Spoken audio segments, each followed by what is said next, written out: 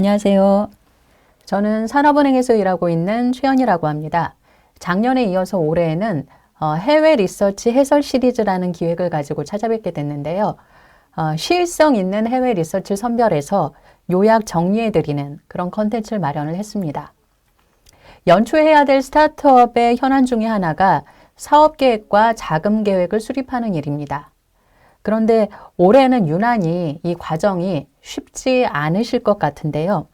그래서 오늘은 스타트업의 사업계획 수립과 런웨이 관리에 대한 자료가 있어서 소개해드리고자 합니다. 다음이요. 오늘 말씀드릴 해외 리서치는 세콰이어 캐피탈의 자료입니다. 세콰이어가 작년 5월하고 6월 4차례에 걸쳐서 투자회사들 앞으로 서한을 보낸 바 있습니다.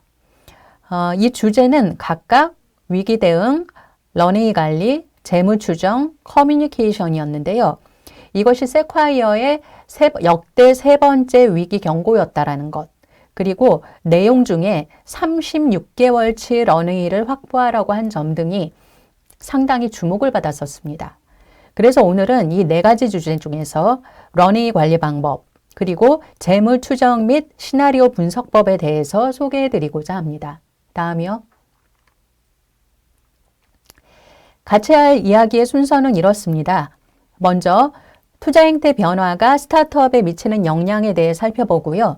두 번째로 런웨이 관리 방법, 세 번째로 재무 추정 및 시나리오 분석법에 대해 살펴보겠습니다. 네 번째는 앞의 내용에 대한 보완 자료 성격인데요. 스타트업의 뎃 파이낸싱 활용법에 대해서도 간단히 알아보겠습니다. 다음이요. 투자 행태 변화가 스타트업에 미치는 영향입니다. 다음이요. 세콰이어는 현재의 상황이 어떤 수준의 위기인지를 설명하는데 자료의 상당 부분을 할애하고 있는데요. 이 부분의 주된 메시지는 이 침체기가 길어질 것으로 예상이 되니 경기 회복에 대한 기대를 빨리 접고 지출을 신속하게 줄이라는 것입니다. 다음이요. 시중의 유동성이 빠질 때 나타나는 변화 중에 하나가 투자 심리가 위험 선호에서 위험 회피로 전환되는 것인데요. 지금 보시는 화면은 이런 변화가 스타트업에 미치는 영향을 설명한 것입니다. 자, 왼쪽에는 위험 선호 심리가 우세했던 과거에 대한 설명인데요. 그간 투자자들은 스타트업의 꿈에 투자했고요. 스타트업들은 성장할 때 보상을 받았습니다. 세일즈와 마케팅에 돈을 쓰는 게 투자로 간주되었고 스타트업들은 투자금을 가지고 몸집을 키우고 또 돈으로 문제를 해결해 왔습니다. 반면에 오른쪽은 위험 회피 심리가 우세해질 때 변화에 대한 내용입니다. 투자자들은 이제 꿈이 아니라 현실에 투자를 할 것이며 스타트업들은 성장이 아니라 이익을 낼 때 보상받을 것입니다. 세일즈와 마케팅이 아니라 제품과 R&D에 돈을 쓰는 것이 투자로 간주되고 이젠 투자금이 아니라 이익을 가지고 회사를 키워야 할 때라고 전망하고 있습니다. 다음이요. 투자 행태가 이렇게 위험 선호에서 위험 회피로 전환되면서 스타트업의 자금 조달 환경이 어떻게 바뀔 것인지에 대해 반복적으로 언급이 되고 있는데요. 요약하자면 위험 선호가 우세할 때에는 스토리만 가지고도 투자를 받을 수 있었지만 위험 회피가 우세할 때에는 파이낸셜, 즉 재무적인 부분을 제시해야 투자도 받을 수 있고 기업 가치도 인정받을 수 있을 것이다. 그래서 스타트업들은 이 스토리가 지표로 그리고 지표들이 돈으로 바뀌는 그 경로를 명료하게 설명할 수 있어야 한다. 이렇게 전하고 있습니다. 다음이요. 이번 자료에서 핵심 워딩을 하나만 꼽아보라고 한다면 저는 프리 캐시 플로우라고 생각을 합니다. 잉여 현금 흐름 이렇게 번역되는데요. 현금 흐름의 중요성을 굉장히 강조하고 있습니다. 그래서 몇 가지 워딩들을 제가 그대로 발췌를 해봤는데요. 이런 내용들입니다. Great Business란 Free Cash Flow를 만드는 사업이다. 과거에는 이에 대한 보상이 이루어지지 않았지만 향후에는 보상이 이루어질 것이다. 회사가 프리 캐시플로우 창출 과정을 제시하지 못한다면 투자자, 고객뿐만 아니라 그 누구로부터도 얻어낼 수 있는 돈은 없다. 이렇게 주장하고 있습니다. 다음이요. 그래서 이러한 환경 변화를 반영해서 사업 계획을 수립할 때에도 그 지향점이 과거와는 달라져야 한다고 주장하고 있습니다. 과거에는 grow at all cost, 무슨 수를 써서라도 성장하는 것이 우선이었지만 유동성이 빠져 있을 때의 grow at all cost는 피해야 할 옵션이라고 주장하고 있습니다. 유동성이 빠져 있을 땐 grow at all cost가 아니라 great business를 만드는 것이 중요하다. 즉, 성장성보다는 현금 흐름을 창출하는 수익성 있는 회사가 될 것을 강조하고 있습니다. 다음이요. 이렇게 프리 캐시플로우를 강조하면서 이 침체기의 런웨이 관리법에 대해서도 제시하고 있는데요. 다음이요. 런웨이 관리 방법은 다음에 세 가지 토픽을 중심으로 기술이 되어 있습니다. 첫째, 런웨이를 어떻게 계산할 것이고 우리 회사의 런웨이는 얼마인가? 둘째, 몇 개월치의 런웨이를 확보해야 할 것인가? 셋째, 런웨이를 어떻게 늘릴 것인가입니다. 다음이요. 먼저 런웨이 계산법에 대해 살펴보겠습니다. 여러분들께서 이미 다 알고 계시는 내용들입니다. 런웨이는 보유 현금을 먼슬리 번으로 나눠서 산출을 하는데요. 세콰이어는 이 런웨이의 개념을 설명하는 과정에서 벤처 대출에 대한 의견도 제시하고 있습니다. 이들의 의견은 이렇습니다. 보유 현금이 타이트할 때는 벤처 대출을 확보하되 대출을 사용할 때의 트레이드 오프가 무엇인지 잘 알고 사용하라는 것입니다. 무슨 얘기냐면 현금이 바닥나갈 때 대출은 생명줄이 될 수도 있지만 나중에 투자 유치를 할 때 걸림돌이 될 수도 있다고 언급하고 있습니다. 그래서 이 스타트업의 대출 활용법에 대해서는 마지막 순서에서 좀 더 자세히 다루도록 하겠습니다. 런웨이 모니터링에 대해서는 두 가지를 이야기하고 있는데요. 요즘처럼 매출과 비용의 변동이 클 때에는 런웨이도 계속 빠르게 바뀌기 때문에 계속 다시 계산해 볼 것을 당부하고 있고요. 원문을 보면 religiously라는 워딩을 써가면서 세심한 모니터링을 할 것을 주문하고 있습니다. 다음이요. 자, 다음 토픽은 몇 달치의 런웨이를 확보해야 하는가인데요. 우선 이상적인 런웨이란 어느 정도의 기간을 말하는 것인지 먼저 살펴보겠습니다. 세콰이어는 현금이 바닥나기 12개월 전부터는 자금 조달에 나서라고 권고하고 있는데요. 그 이유는 투자자들이 런웨이가 얼마 남지 않은 회사를 부정적으로 보기 때문입니다. 다음이요. 그런데 자금 조달을 용이하게 하려면 펀딩에 나서기 전에 먼저 밸류에이션 마일스톤을 달성해야 할 것입니다. 밸류에이션 마일스톤은 ARR이 될 수도 있고 흑자 규모가 될 수도 있고 그 외에 회사가 설정한 여러 다양한 지표가 될 것인데요. 이 회사가 정한 마일스톤을 달성하는 데 소요되는 기간, 여기에 다시 12개월을 더한 기간이 아이디얼 런웨이, 즉 이상적인 런웨이 기간이라고 제시하고 있습니다. 다음이요. 그런데 이번 자료에서는요, 이 런웨이 권고안을 구체적인 개월수로 제시하고 있는데요. 36개월 런웨이가 바로 그것입니다.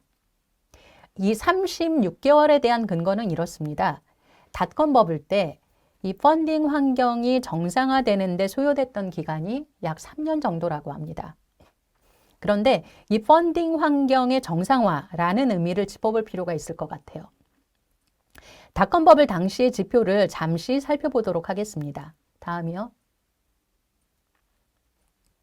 지금 보시는 화면은 1995년부터 2021년까지 글로벌 벤처 투자 규모인데요. 이 왼쪽 빨간 박스로 표시된 부분이 2000년부터 2003년까지 3년간의 변화입니다. 보시면 2000년 이후 2001년, 2002년에 걸쳐서 투자가 줄어들다가 2003년이 되어서야 감소세가 멈추고 있습니다. 즉, 펀딩 환경의 정상화라는 것은 투자 동결 상황이 다소 풀리는 것을 의미하는 것이지 밸류에이션이나 투자 규모가 그 직전의 수준으로 회복되는 건 아니라는 점을 말씀드리고자 합니다. 다음이요. 이 벤처 전문 리서치 기관인 테크크런치에서는 이 자료가 공개된 직후에 바로 논평을 내놨는데요.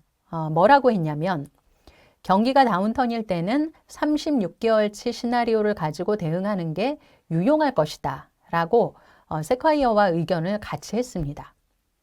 그리고 작년 하반기에 해외 스타트업 컨퍼런스나 썸밋 기사들을 살펴보면 이 적정 런웨이에 대한 논의가 활발했던 것 같습니다.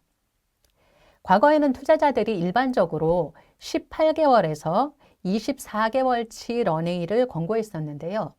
이 런웨이 권고안이 최근에는 좀 길어지는 모습입니다. 그래서 여러 투자자들이 36개월까지는 아니지만 24개월에서 36개월 혹은 24개월 이상을 언급하면서 과거보다는 긴 런웨이가 필요하다라는 의견을 제시하고 있습니다. 다음이요. 자, 그렇다면 문제는 이 런웨이를 어떻게 늘릴 것인가인데요. 이 부분에 대해서는 자료에서도 사실 원론적인 내용 정도만 언급하고 있어요. 제시된 방법론은 이렇습니다. 첫째, 손실이 발생하는 원인을 요인별로 분해를 해서 지출을 줄일 수 있는 부분을 파악하라는 것입니다. 이 왼쪽에 있는 표가 그러한 작업에 대한 개념도인데요. 손실 원인을 우선 매출이익과 운영 비용으로 분해하고 이 운영 비용을 다시 투자 성격의 비용과 단순 비용으로 분해를 해서 어디에서 지출을 줄일 것인지를 찾으라는 것입니다. 그 다음에 할 일은 이 지출 경감 방안에 대한 우선순위를 정하는 일인데요. 오른쪽 표는 어떤 기준으로 우선순위를 정할 것인지를 보여주고 있습니다. 결정 기준은 지출 절감 효과와 실행 용이성 두 가지입니다. 그런데 아마도 효과가 크면서 실행이 용이한 그런 방안은 없을 겁니다. 그리고 자료에서는 특히 인력 구조 조정과 관련된 부분이 가장 힘든 결정이 될 것이다 라고 언급하고 있고요. 지출 경감형 방안에 대한 이제 몇 가지 예시가 나오는데요. 해외 사업을 하는 경우에는 진출 시장별로 타당성 평가를 다시 할 수 있을 것이고요. 세일즈와 마케팅 비용에 대한 타당성 평가를 해보는 것, 가격 인상 전략을 검토하는 것 등이 제시되고 있습니다. 다음이요. 지금부터는 재무 추정과 시나리오 분석법에 대해 살펴보겠습니다. 다음이요. 자, 재무 추정은 세 가지 축을 중심으로 설명되고 있는데요. 매출 계획, 비용 계획, 펀딩 계획이 그것입니다. 이 부분의 주된 메시지는 환경이 이렇게 바뀌었으니 지금까지 했던 대로가 아니라 이렇게 다르게 하셔야 합니다. 라는 것입니다. 다음이요. 재무 추정의 이 전반적인 구조에 대해서 먼저 훑어보겠습니다. 재무 추정 순서는 이렇습니다. 매출 계획을 먼저 수립하고 매출에 맞춰서 비용 계획을 수립하고 그 후에 런웨이 시나리오를 작성하는 것입니다. 매출 계획의 주요 내용은 이렇습니다. 과거에는 매출이 늘어나는 것이 기본 가정이었지만 이제는 매출이 감소하는 것이 기본 가정일 텐데요. 매출이 얼마나 감소할지 추정할 때 고려사항에 대해 제시하고 있습니다. 두 번째, 비용 계획의 주요 내용은 이렇습니다. 매출에 맞춰서 비용을 지출하라는 것인데요. 비용은 통제가 가능하지만 매출은 통제할 수가 없기 때문입니다. 여기서는 어떤 성격의 비용을 통제해야 할 것이고 비용 통제를 어떤 기준으로 할 것인지 살펴보겠습니다. 세 번째, 런웨이 시나리오 작성입니다. 이 매출 감소와 비용 절감에 대한 시나리오를 각각 작성을 해서 이 두 개를 결합을 하면 예상 런웨이가 추정될 것인데요. 이 시나리오 작성법에 대해서 살펴보겠습니다. 다음이요. 첫 번째, 매출계획 수립에 대한 내용입니다.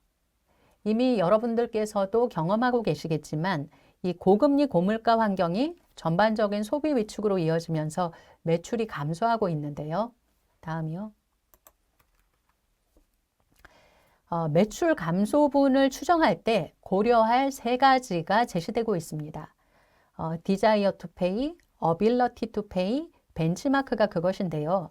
첫 번째 Desire to pay란 회사의 상품 서비스 성격에 따라서 이 매출 감소폭이 달라질 것이다 라는 것입니다. 둘째, ability to pay는 회사의 고객군과 비즈니스의 성격에 따라서 매출 감소폭이 달라질 것이다 라는 것이고요.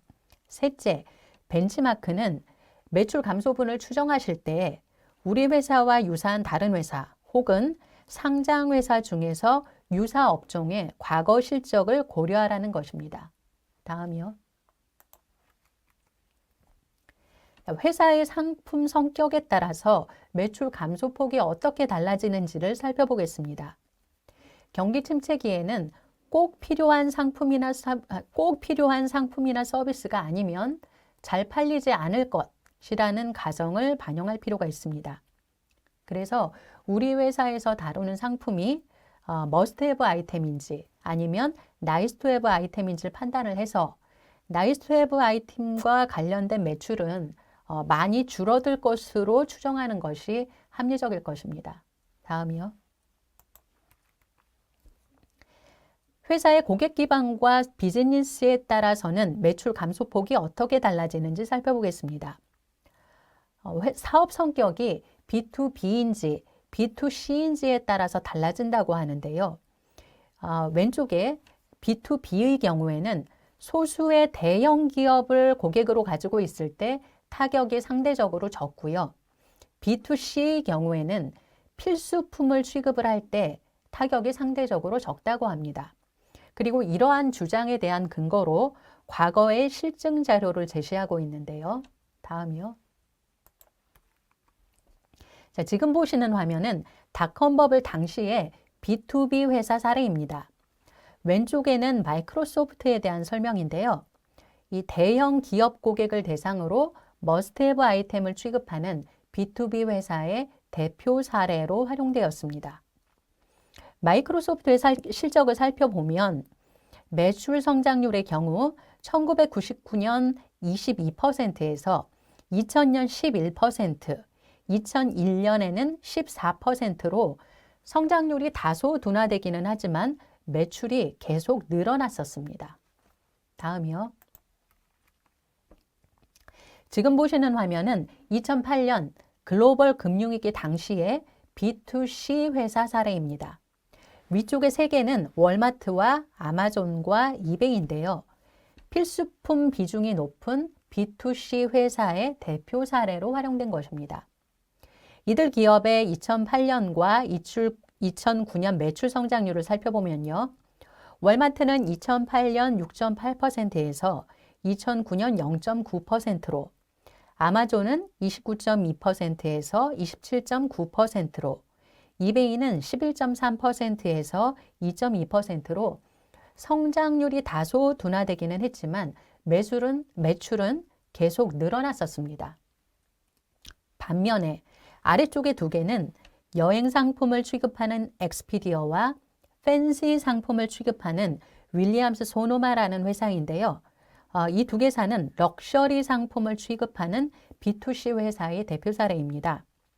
두 개사는 모두 2008년에는 매출이 크게 감소했다가 2010년 이후에 매출이 회복된 바 있습니다. 자, 정리하자면 상품의 성격, 비즈니스의 성격, 그리고 고객의 지불 능력, 또한 과거 이벤트 상황 때 우리와 유사한 회사들이 어떤 영향을 받았었는지를 고려해서 매출을 추정할 것을 제시하고 있습니다. 다음이요. 두 번째, 비용계획 수립 시 유의사항입니다. 비용계획의 첫 단계는 계속 지출할 비용과 절감할 비용을 구분하는 일인데요. 유동성이 빠지는 시점에서는 프로덕트 사이드의 지출, 즉 R&D 투자는 계속하되 세일즈, 마케팅, 판관비 성격의 비용은 줄일 것을 권고하고 있습니다. 다음이요. 스타트업 비용 계획 중에 큰 부분이 인력과 관련된 것인데요. 지금 보시는 화면은 인력 계획을 수립할 때 판단 기준에 대한 것입니다. 유동성이 풍부할 때에는 오렌지색 부분까지 감당할 수 있었지만 유동성이 빠져 있을 때에는 초록색 부분에 자원을 집중할 것을 제시하고 있습니다. 이 오렌지색 부분에 포함되는 그룹들의 성격을 살펴보면 현재 성과는 중간 이하지만 미래 포텐셜이 중간 이상인 경우, 혹은 미래 포텐셜은 중간 이하지만 현재 성과가 중간 이상인 그룹까지 포함되어 있는데요. 유동성이 빠지는 환경에서는 현재 성과와 미래 포텐셜이 모두 중간 이상인 그룹에 한정해서 시간과 에너지를 집중할 것을 권고하고 있습니다. 다음이요. 지금 보시는 그림은 앞 페이지의 그림하고 모양은 비슷한데 완전히 다른 내용입니다. 이 그림을 가지고 런웨이 시나리오 작성법에 대해 살펴보겠습니다. 시나리오를 작성할 때 첫 번째로 할 일은 매출 시나리오 세 가지와 비용 시나리오 세 가지를 작성하는 일인데요. 매출 시나리오는 매출 감소 비율을 기준으로, 비용 시나리오는 비용 절감 비율을 기준으로 작성하시면 됩니다. 지금 보시는 화면에서는 이 비율들을 각각 0%, 25%, 50%로 해서 시나리오를 작성했는데 이 기준은 회사마다 다르게 설정하실 수 있습니다. 두 번째로 할 일은 이 두 가지 시나리오를 결합을 해서 런웨이를 추정하는 일입니다. 무슨 뜻이냐면요. 예를 들어 매출은 그대로인데 비용을 25% 줄였다면 런웨이는 늘어날 것입니다. 반면 매출은 50%가 줄었는데 비용을 그만큼 줄이지 못했다면 런웨이는 줄어들 것입니다. 이렇게 런웨이를 추정을 하시고요. 세 번째로 할 일은 모니터링인데요. 우리 회사의 런웨이가 저 9개 박스 중에서 어디에 위치하는지 그 변동사항을 지속적으로 체크하는 일입니다. 다음이요. 지금 보시는 화면은 시나리오 작성 시 유의사항과 활용법에 대한 내용입니다. 시나리오는 보수적인 가정을 가지고 작성하라고 하고요. 매출 시나리오에 맞춰서 비용을 절감할 것을 당부하고 있습니다. 그리고 런웨이가 늘어나는지 줄어드는지를 매주 혹은 매월 점검할 것을 권고하고 있습니다. 그러면 이러한 비용 통제를 도대체 언제까지 계속해야 할 것인지가 문제인데요. 시나리오들 중에서 목표 수준을 사전에 설정을 해놓고 모니터링 결과가 그 목표 수준을 상회한 후부터 비용 통제를 완화할 것을 권고하고 있습니다. 다음이요. 자, 지금까지 경기 침체기의 런웨이 관리와 재무 추정에 대해 살펴봤는데요. 제게 인상 깊었던 코멘트를 짚어보면서 마무리를 하려고 합니다. 지출을 줄여야 되겠지만 그렇다고 성장을 위한 투자를 포기할 수도 없습니다. 그럼 도대체 어떻게 하란 얘기냐? 자료에서는 optimize, 그러니까 최적화라는 워딩을 쓰고 있는데요.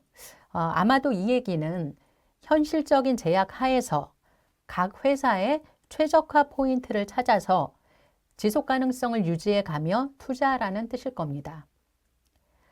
이런 권고안들이 현업에 계시는 분들께는 좀 공허하게 들리실 수도 있을 것 같아서 좀 걱정이 되긴 하는데요. 주총 시즌을 준비하시는 스타트업 관계자분들과 심사역분들께 좀 도움이 되었으면 하는 마음에서 자료를 준비해 봤습니다. 다음이요.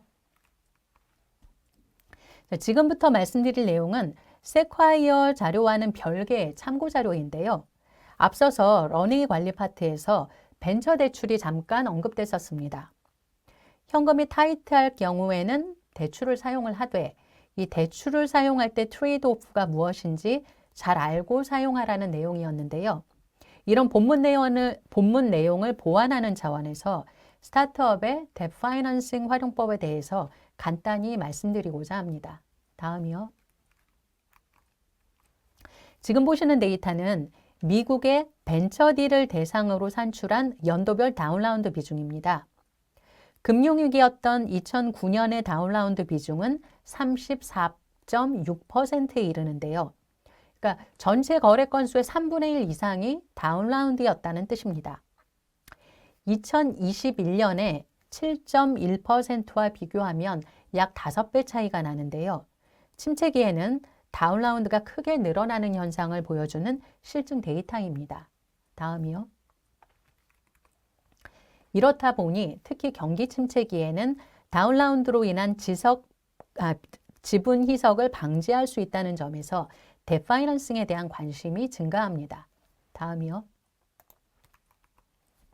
지금 보시는 화면은 벤처 대출의 장점을 정리한 CB인사이트의 자료입니다.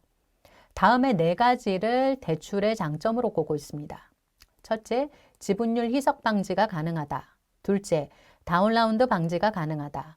셋째, 런행이 연장이 가능하다. 넷째, more adaptability. 그러니까 이 현금을 활용해서 환경의 불확실성에 더 잘 대응할 수 있다. 이렇게 설명하고 있습니다. 다음이요. 투자자 입장에서도 대출형 투자는 특히 침체기에 유망한 상품입니다. 최근 글로벌 PE 업계에서 프라이빗 뎁 펀드 조성이 늘어나고 있는데요. 투자자 입장에서 대출형 투자의 장점으로는 지분 투자에 비해서 선순위이고 밸류에이션 부담이 적다라는 점이 있고요. 딜을 구조화하는 과정에서 상대 회사, 투자 회사와 더 깊은 관계를 가져갈 수 있다는 점 등이 장점으로 꼽히고 있습니다. 다음이요. 스타트업의 뎁 파이낸싱을 이야기할 때 자주 언급되는 상품이 실리콘밸리형 벤처댓인데요. 이게 미국의 실리콘밸리 뱅크가 주로 취급하는 상품이라서 그렇게 불리는 걸로 알고 있습니다. 그러면 이 실리콘밸리형 벤처댓이라는 게 구체적으로 어떤 구조로 되어 있는지 살펴보겠습니다. 이 상품의 가장 큰 특징 중에 하나는 후속 투자 자금을 상환 재원으로 삼는다는 점입니다. 그러니까 일반적인 기업 대출은 영업활동에서 창출되는 현금 흐름을 상환 재원으로 삼거든요. 반면에 이 실리콘밸리형 벤처댓은 대출을 받은 다음에 투자를 받았을 때 그 투자금으로 대출을 갚는 그런 구조입니다. 그런 점에서 브릿지 대출이라고 볼 수 있습니다.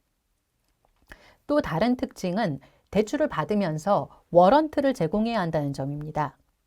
대주에게 리스크 보상의 차원에서 소액의 워런트를 제공하는 워런트 조건부 대출입니다. 따라서 이 상품을 고려하시는 스타트업에서는 이 2가지를 중심으로 장단점을 따져보실 필요가 있습니다. 다음이요.